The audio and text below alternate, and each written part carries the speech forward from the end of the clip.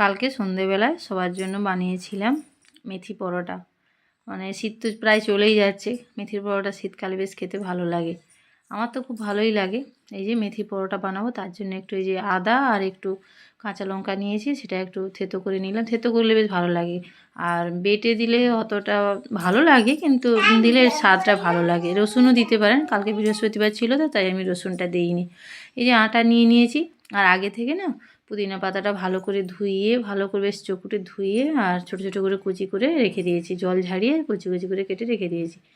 আটা নিয়েছি, আটাতে আমি নুন দিলাম, তারপরে একটু হলুদ গুঁড়ো, একটু সামান্য লঙ্কা গুঁড়ো, একটু গোটা জিরে, আজওয়াইন আর হচ্ছে সাদা তিল দিয়ে ওই যে বেটেছিলাম, যে থেতো করে রেখেছিলাম আদা আর কাঁচা লঙ্কাটা, সেটা দিয়ে দিলাম, আর একটু দই দিলাম, ভালো করে মেখে দিয়েছি।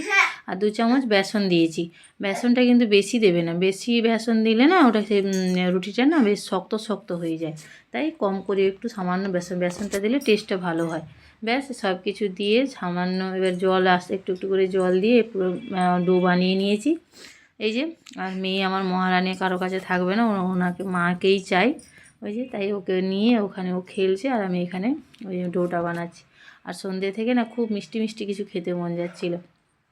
সাধারণত বাইরে থেকে আমরা কিছু মিষ্টি সেরকম কিছু কেনা হয় না, ওকেশান থাকলে তাই কিনি, না হলে খুব একটা আমাদের কেনা হয় না। ওর বাবা তো মিষ্টি খায়ই না, পছন্দই করে না, আর আমি খাই বলে ও আমাকে খুব বকে, তাই ও কিনেও আনে না। যা করি ওই ঘরেই বানাই, ভাবলাম একটু সুজির হালুয়া করে ওকে বরফি আকারে বানিয়ে নিই, খেতে কিন্তু বেশ ভালোই লাগে, আর ওর বাবাও খুব পছন্দ করে এইটা। এই যে বানিয়ে নিয়েছি, ওটা একটু হালকা ঘিতে সামান্য একটু 2 চামচ মতো ঘি দিয়েছি, দিয়ে সুজিটা ভালো করে ভেজে নিয়েছি, একটু লাল লাল করে কম আছে ভালো করে ভাজতে হবে।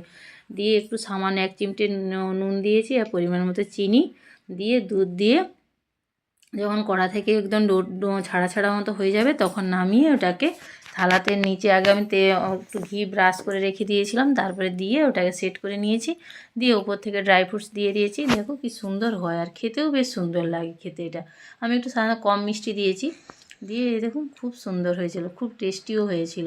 ব্যাস ওটাও হয়ে গেল। এবারে রুটিগুলো বানিয়ে নিই, কারণ রাত্রি ওটাও হয়ে গেছে অনেকবার, মেয়ে তো খাবে, ওর স্কুল থাকে তো একটু খাইয়ে তাড়াতাড়ি শোয়ানোর চেষ্টা করি, কিন্তু শোয়ে আর কই। এই যে রুটিগুলো বানিয়ে নিচ্ছি, এর মাঝে মেয়েকেও খাইয়ে দিয়েছি, ছোটো মেয়েকে।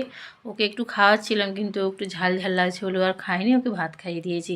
ওকে আমি সাধারণত রাত্রিবেলা বেশিরভাগ টাইম আমি দুধ আর আলু দিয়ে ভাত খাওয়াই।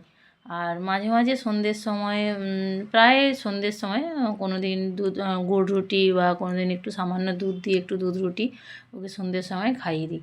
ব্যাস এই যে এটা হালকা আঁচে রুটির মতো বেলে নিয়েছি মেথি পরোটাগুলো, দিয়ে হালকা আঁচে মিডিয়াম আঁচে তেল দিয়ে এপিট ওপিট করে ভালো করে ভেজে নিলাম। ব্যাস এবারে দই দিয়ে আর বরফি বানিয়েছি, সেগুলো দিয়ে মেয়েকে দিয়ে দিই খেতে, মেয়ে খাক, তারপরে আবার আমরা দুজন খাবো।